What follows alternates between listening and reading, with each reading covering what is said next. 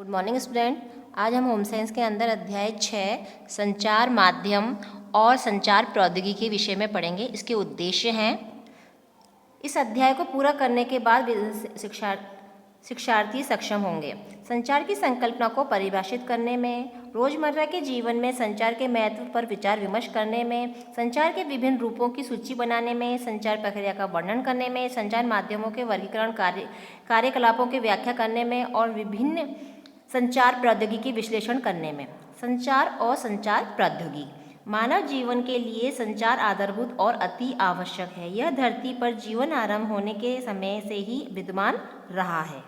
संचार क्या है? संचार विविध परिस्थितियों पर विचार चिंतन करने, उनका अवलोकन करने, उन्हें समझने, उनका विश्लेषण करने, इन सबको विभिन्न संचार माध्यमों द्वारा दूसरों तक संप्रेषित करने की प्रक्रिया है। संचार शब्द अंग्रेजी भाषा के कम्युनिकेशन शब्द का पर्याय है, जिसका उद्भव लैटिन भाषा के कम्युनिक्स शब्द से हुआ है, जिसका अर्थ है सर्वमान्य।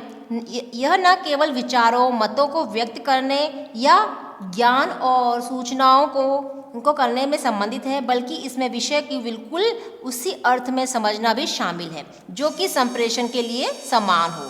संचार का वर्गीकरण। संचार के वर्गीकरण में बताया गया है कि स्तरों, प्रकारों, रूपों, माध्यमों के आधार पर निम्नलिखित रूपों में वर्गीकृत किया जा सकता है। सबसे पहले आता है पारस्परिक क्रिया के आधार पर। इसको दो भागों में बांटा गया है, एक तरफा संचार, दो तरफा संचार।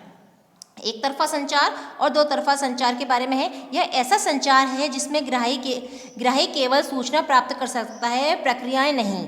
भाषण, व्याख्या, रेडियो, म्यूजिक सिस्टम, संगीत सुनना, टीवी देखना एक तरफा संचार कहलाता है। दो तरफा संचार में आता है एक ऐसा संचार जो दो व्यक्तियों के बीच में होता है। मोबाइल फ़ोन के माध्यम से चैटिंग करना, व्यक्ति एक दूसरे के द्वारा बात करना, ये उसके उदाहरण हैं।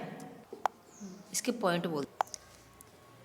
संचार के स्तरों पर आधारित वर्गीकरण। इसके 6 भाग बताए गए हैं।